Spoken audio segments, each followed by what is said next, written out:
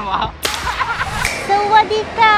We're here in Thailand! New day, new bag, new day, new place. Sapun ka! Yun lang yung alam nating word. Ayan, di kasi ako nakapag-intro ng maayos kanina. We decided na pumunta sa Thailand hindi lang for work but also para makapag-relax and spend time with family and friends. Minsan kailangan din talaga nating huminga and enjoy yung mga pinaghirapan natin kasama yung mga taong importante sa atin. Ayan, we're here in Bangkok. Just landed. Ayan si Mr. Rick, kita ba? Ayun si Sis Mark. Ayan.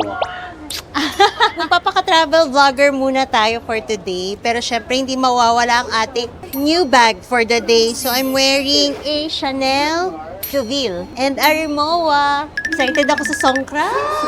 So syempre, we had to experience Songkran. At first, akala namin simpleng basaan lang siya. Na, may magbabasa! Ay! Ready na kami mabasa, no? Pero pagdating namin sa streets, grabe pala talaga. Literal na walang ligtas. Ay! Sino yun? Ikaw ba yun? Kahit anong tago mo, mababasa ka pa rin. Actually, ang bully ni Mr. Rick, grabe mambasa.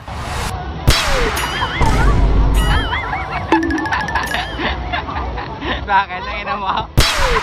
Parang pinagtripan niya talaga ako the whole time. Tapos, si Sis Mark, first time niya rin ma-experience yung Songkran and hindi rin niya ina-expect na ganito pala kasaya mabasa. But honestly, sobrang fun niya because everyone was just enjoying the moment. And fun fact, the water actually symbolizes washing away bad luck and starting the new year fresh. Which honestly makes the festival feel more meaningful and not just simpleng basaan lang. UNESCO even recognized Songkran as part of the intangible cultural heritage of humanity because of how important it is sa Thai culture. And syempre, luxury survival mode muna tayo today. Hindi tayo pwedeng magdala ng luxury bags dito, no? Because one of the biggest no-no sa luxury bag is water. So yes, Balenciaga plastic bag muna tayo ngayon. Charot.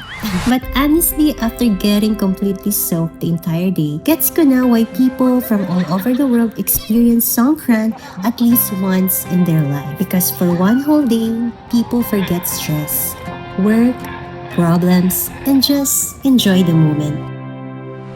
May basang-basa kami, kakatapos lang namin sumali sa Songkran. Actually, yun yung reason kung bakit kami pumunta dito sa Bangkok. So ngayon, magpapaka-travel vlogger muna ako. Pasensya naman, pero syempre sasamahan pa rin natin ng About Bags. Now, I'm wearing my Lady Dior. This is a Lady Dior mini size, in blush pink. Ayan. Kaya ko to dinala kasi pumunta kami sa Dior Cafe. Pero, nung pumunta kami doon, Chanel yung gamit ko, hindi ko rin nagamit. O, diba? Naiwan mo. Oo, naiwan ko. Nandito tayo sa Icon Siam. Ganda ng mall na to. Kanina ang saya ng Songkran, ano? Nasaan ka na ba, babe? Saya, no? Sobrang saya.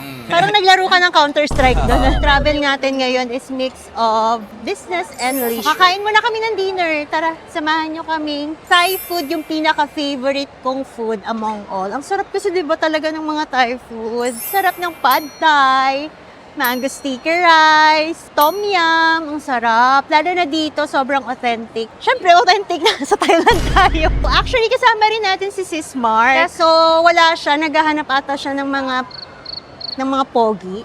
And of course, pag nasa Thailand ka, hindi pwedeng mawala ang food. Honestly, Thai cuisine is probably one of my favorites ever. Parang halos lahat masarap. Apparently, one reason why Thai food tastes so good is because they balance different flavors in one dish. Sweet, spicy, sour, salty, and savory all together. Kaya pag nandito kami sa Thailand, grabe, only pad Thai talaga. And grabe, yung green mango na sinawsaw sa sugar, asin, tsaka chili powder. Sobrang simple pero ang sarap. Parang once matikman mo yun sa Thailand, hahanap-hanapin mo talaga. Sa totoo lang, this trip reminded me na life shouldn't always be about work.